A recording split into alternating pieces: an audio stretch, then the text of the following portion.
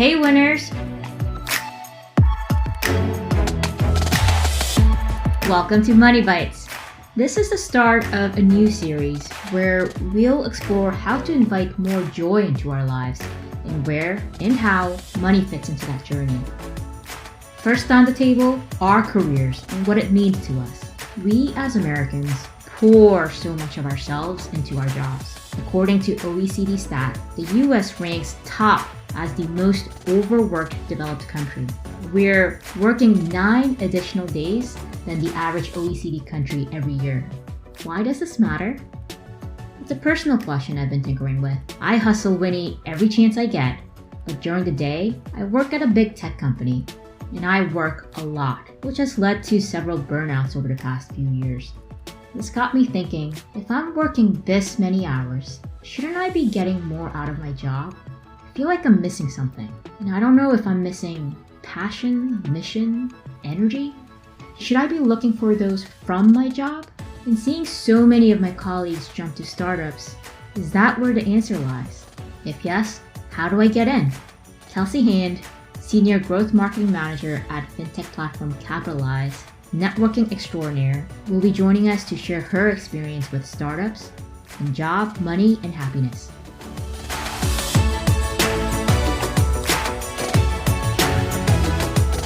All right. Should we just jump right in? Yeah, let's do it. Awesome. Well, Kelsey, thank you so much for coming on to Money Bites. Yeah, thank you so much for having me. Always excited to have a Barnard alum on the show. I wanted to reach out to you particularly because you had a very interesting career trajectory in terms of your involvement with early stage startups and whatnot. Yeah. My first job out of school was actually working at a boutique executive search firm was essentially, the title was human capital analyst, but I was really more of a sourcer. And I got that job because I babysat for one of the founders through the Barnard Babysitting Agency. Oh, network. And it was a good first job in that it taught me a little bit about what I did want to do, what I didn't. But a lot of my work was spent researching startups to kind of pluck talent from them for the various companies that we were recruiting for. And because of that, I spent a lot of time reading TechCrunch, following along in Crunchbase to see where money was being raised. And I kind of got to the point where I realized I didn't want to be working on these companies as an outsider. I wanted to be building them myself. And it was around this time that I was trying to refinance my student loans from Barnard. And I applied to a bunch of different companies to help refinance them, and I kept getting rejected because my debt to income ratio was insane. I was afraid I was going to have to move out of New York and move back to like rural Pennsylvania where I'm from.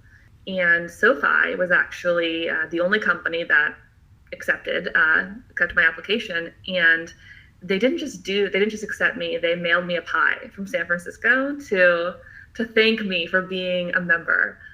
It was the first time in my life that I viewed my student debt as not something shameful. Like I was part of a community. I felt so much gratitude to them. So I had a coworker who had a friend who went to business school with the co-founders of SoFi. And I asked her to make that connection to me. And I had lunch with one of the co-founders, Dan, like the next week. He happened to be in New York. And I was pretty much upfront that I love this company. It's already changed my life. How can I work here? I will do anything. And they had an opening on their community marketing team. And I was all in. And interestingly, at the time, I really viewed SoFi as a startup. And they were in many ways, and like in retrospect, but when I joined, they were 750 employees. So they were not an early stage, we have no resources, right? They had so many resources, but they grew almost faster than they could. They were, what's the way that people say it? They were building the plane while they were flying it. And I was there for maybe a year and a half, and one thing about SoFi that I felt like, because of its stage, was every role was very siloed. If you were in marketing, then you were in SEO, you were in community, you were in social media, and I didn't really know where I wanted to specialize yet. So I knew that if I wanted to figure that out, I had to go really early, where they would kind of take a chance on me. So around that time, I read an interview with the then CEO and co-founder of Dandelion Energy, Kathy Hanoun, and she just sounded like such a badass. Like, she had raised money for an energy tech company while visibly pregnant, and the article was about how you shouldn't have to sacrifice your personal goals to build a company. Like, you can be a badass CEO and still want to be a mom, and those things can still happen at the same time. And that very much spoke to my own goals. So I just reached out to her cold and said, I have some skills from SoFi. I don't know if you're hiring a marketer, but I'd love to meet you and see if I can help. Kelsey, you're such a badass. This is amazing. We got breakfast, and I definitely did not oversell myself. I think that's something I'm very self-aware, and that I was pretty honest that, look, I've never done digital marketing, but I can learn, and I'd love to learn with you. And she hired me to her, and which I'm so grateful to her for. That joining Dandelion, at that point, I was the 12th employee, and the product hadn't even launched yet. It was like launching like shortly after I joined. We had no CRM. We had no like distribution channels for marketing. There was no like real messaging that had been created. And I was kind of thrust into this role to figure those things out, and not having done any of it before. So every day after work, I'd go home and watch like Skillshare courses on like how to make a Facebook ad, or what is copywriting. And then I'd go to work the next day and put it into action. And my first ads were like terrible. They were very bad. Got better, and I ultimately was promoted to the head of acquisition marketing, and I loved that role. It was such a pivotal moment in my career. And unfortunately, because of COVID, it was cut a little bit short. But since then, I joined a Series C company called Maven, which was a bit bigger, with 150 employees. And there's so many things I really appreciate about Maven. The processes that they built were really informative for me, since I had spent so much time trying to, I mentioned, like, build that plane while flying it.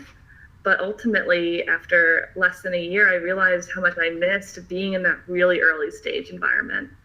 And I had actually, before I joined Maven, I had reached out to the CEO and founder of Capitalize, where I'm currently at. They were not hiring a marketer, and I thought the company was a great idea. I had to roll over my own 401ks, and when the time came around for me to look again, I got back in touch. The timing was right. So that's where I'm at right now. Could I just say you're so cool? You're really chartering your own path. This is so cool. First off, it sounds like you're really connecting the dots yourself. How are you coming across these companies? Yeah. One way that I think about finding these companies is I usually get a free trial to Crunchbase. The sort of the database where you can see when companies raise money, because when a company raises money, they're usually ready to hire. And I will go through every company that's gotten financing in the last 3 months, and we'll go through each one to understand what the founders look like, what's their background, what's the mission, and also what the team currently looks like. If there isn't anyone on marketing, then there's usually a need for an early stage person, even if they don't have a role open yet. So as I'm kind of going through this list of companies, I'm also seeing if any of them check off some of the boxes. Like, Is there a female founder? That's something that I really look for a lot. Like, what does the board look like? What does diversity of the team look like? Before even reaching out to see if I can see myself at this company. Is there a particular reason why you continue to gravitate towards early stage companies? Yeah, definitely. At early stage companies, you're judged more on your potential than what you've done before. And there's a lot that I haven't done before. In startups, they're more accommodating to that. It's always about proving yourself and what you can do next, and not necessarily what you've already done before. From my understanding, it feels a little bit different with larger, more established companies, where it's often based off of your career trajectory getting you to that point. But in an early stage company, you really have room to play. I'm working across a ton of different marketing channels right now. And if I was in a larger company, I wouldn't have the opportunity to do that. I'd be able to watch someone else do that and be able to pick their brain. And that's valuable in its own way, watching an expert work. But I wouldn't have the chance to get in the weeds myself. And which weeds are you most thriving in? Actually, SEO and content have become one of my favorite areas of marketing. They're free, quote unquote free. Obviously, someone still needs to write it and there still needs to be optimization. But ultimately, that is what makes you a thought leader in your space, is delivering this value to your audience, and is what will continue to drive customer acquisition, even on days when Facebook is down, right? Even on days when your competitors are way outflanking you on paid search. If you've invested in creating really high value content that answers the questions for your target market, they'll trust you. Yeah. I love how you're crafting your own sphere of influence, but it is also the case that early stage companies are riskier. Yeah, absolutely. How are you managing that? Yeah. So actually, before I joined Dandelion, one important way that I was able to do that, my long-term partner and I became very serious, and we've been together now for 9 years. We just had our 9-year anniversary. Congratulations. And thank you. And honestly, having someone who, if I lost my job, which we had discussed, because an early stage company can, hopefully won't, but it can deteriorate very quickly. And we had discussed, if that were to happen, what would our joint finances look like? We came to the agreement that if that were to happen, then he would support me for as long as it took to get another job. And I'm very, very lucky in that way. And I haven't seen my income decrease going to startups. So it isn't that I'm, not making money going to these early stage companies. Really having the safety net is about if I were suddenly out of a job. And if I didn't have my partner, Jacob, I would probably just need to be even more diligent about having a really well fleshed out safety net, having X months of savings in case something were to happen, because it is a risk. That said, I think that COVID has shown us that no job is as secure as you might think it is. Even companies and industries that are thriving today and feel like they will be stalwarts and will be around forever, you never know when a pandemic is going to come around and really shake things up. I want to come back to the financials in a bit, because this is Money Bites and we talk about personal finance for women. But I want to also continue on the theme that you just touched on, revisiting the value of work and the potential happiness, but also the imprisonment working for another person. Yeah, so I think that my views around work have really shifted throughout the pandemic. I would say that pre-pandemic, I was working for Dandelion. I was one of the earliest employees, and I was unfortunately furloughed, as was most of the company.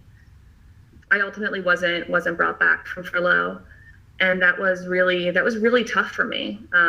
It was really emotionally challenging because I had felt as if I gave so much of myself to that company, working, really long days, working on the weekends, sometimes working holidays.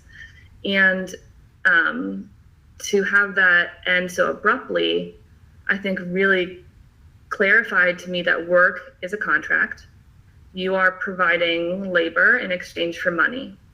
With access to technology to work from home, there's an expectation that if you can work from anywhere, you should work everywhere and you should work always. And it's not enough just to be good at your job. You need to give more than that. Even all of that, it didn't save me. It didn't save my job.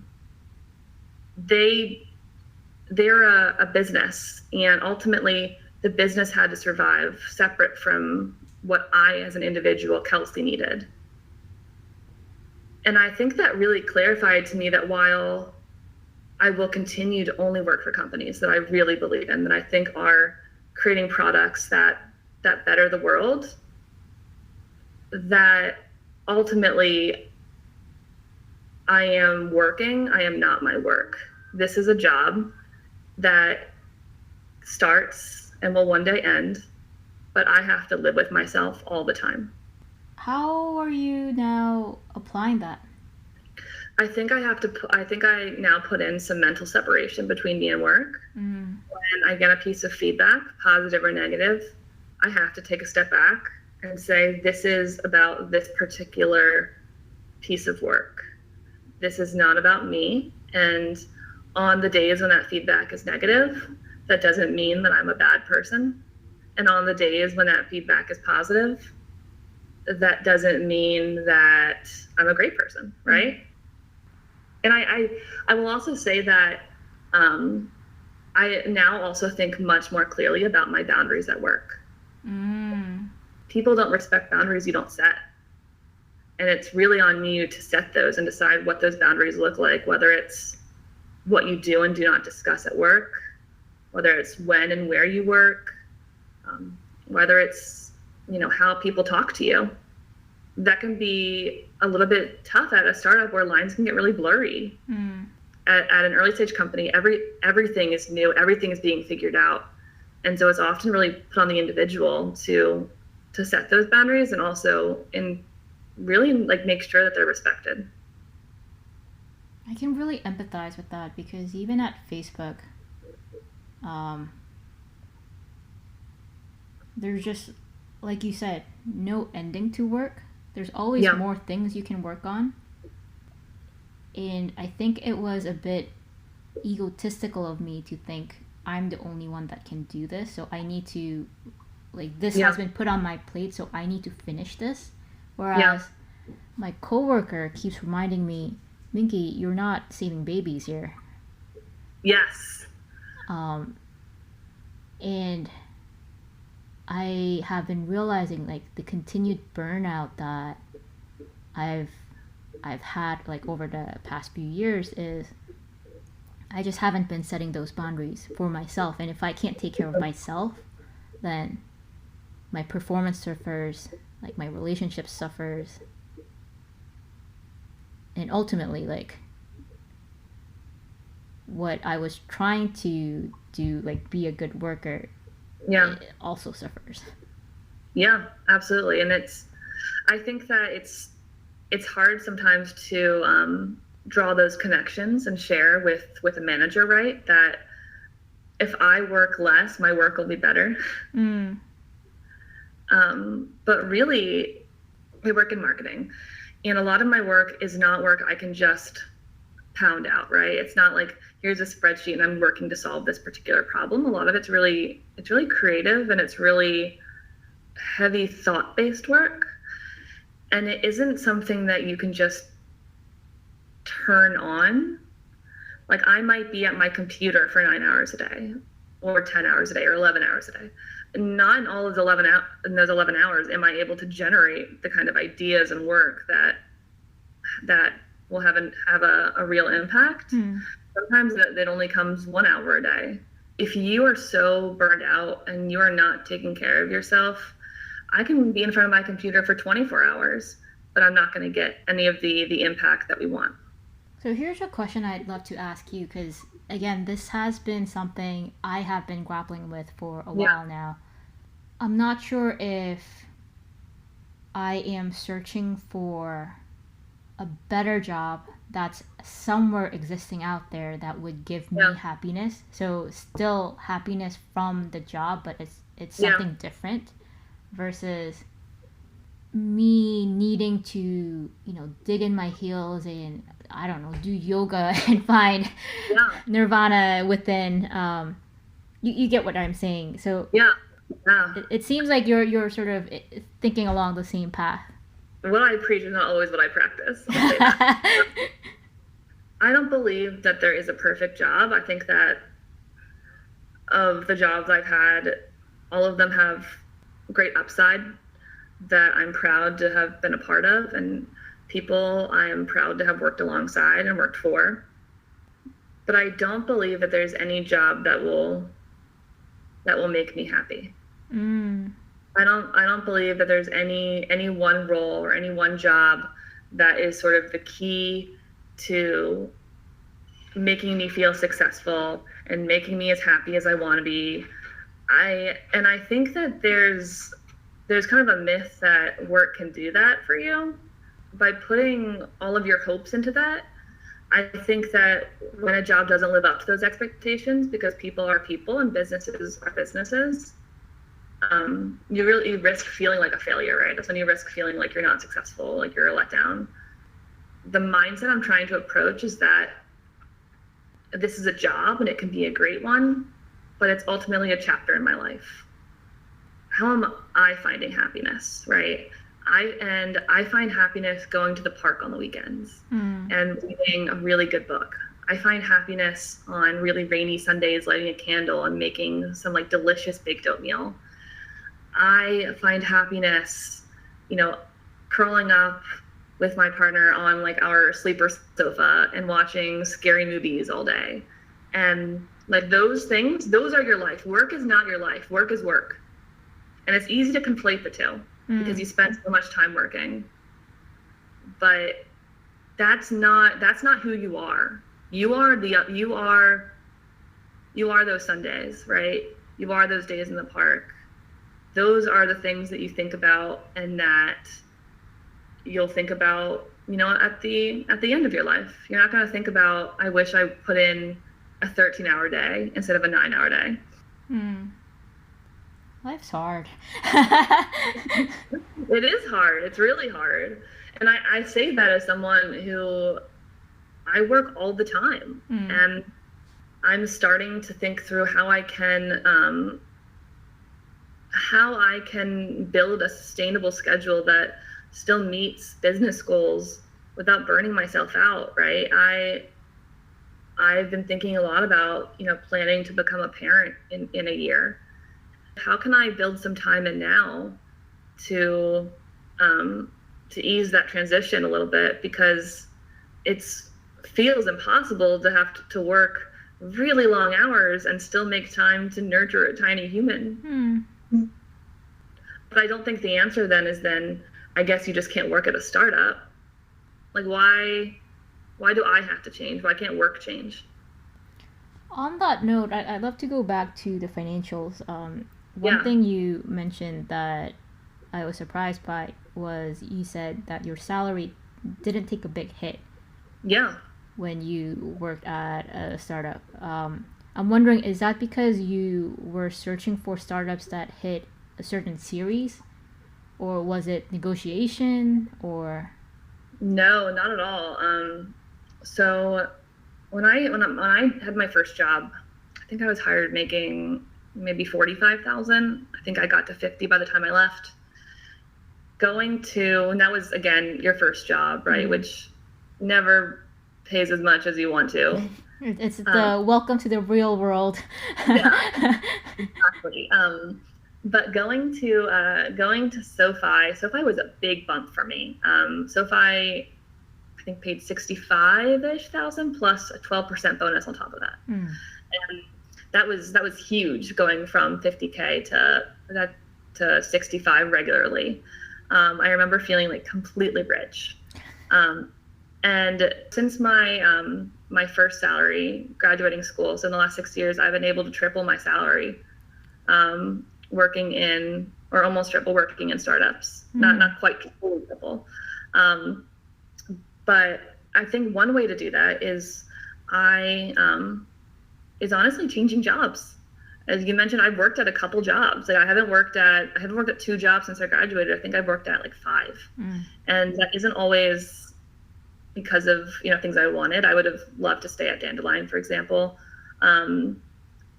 But you will almost never make more money getting promoted than you'll make moving on. And it's sad to say that. I wish it weren't true. And I think that there are many reasons to stay and get promoted. And I very much am really excited by my current role, and I hope to be here for several years. But the sad truth is that sometimes companies only offer you more money when you are ready to leave. Yeah. I had a friend of mine who it wasn't until she was interviewing that her CEO came to her and said, "I heard you've been interviewing," and increased her salary dramatically. And it's kind of messed up because it's like, oh, you were holding on to that the whole time. You thought I was worth that the whole time. You just are only offering it now because I'm going to put you in a bind. I think being your own biggest advocate, and sometimes that means making a hard decision and going to a different company. And I wish that weren't true. I really hate this kind of myth of like the job hopper. I don't think that people just jump jobs because they're bored. I think that I know that in my case, I have really high standards of what I expect out of myself and what I expect out of my career. And I would love to stay at a company for half a decade or longer. That'd be incredible if I were continuing to get career growth and continuing to get regular raises and making a competitive salary. But that often isn't the case. That said, I hope to be proven wrong. This might be the magic company. Yeah, I have very high hopes. Aside from Dandelion, which was an exception, when you were switching roles, you were also very proactive about it. You read about something and then you reached out to the CEO, etc.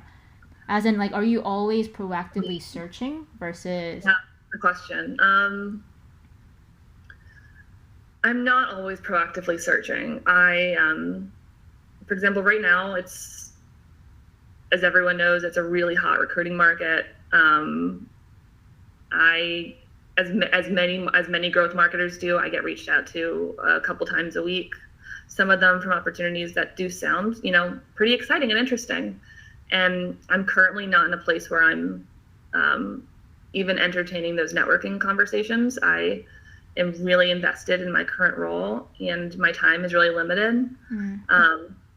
So I'm not really in a place where I'm trying to sort of network for that longer term relationship quite yet.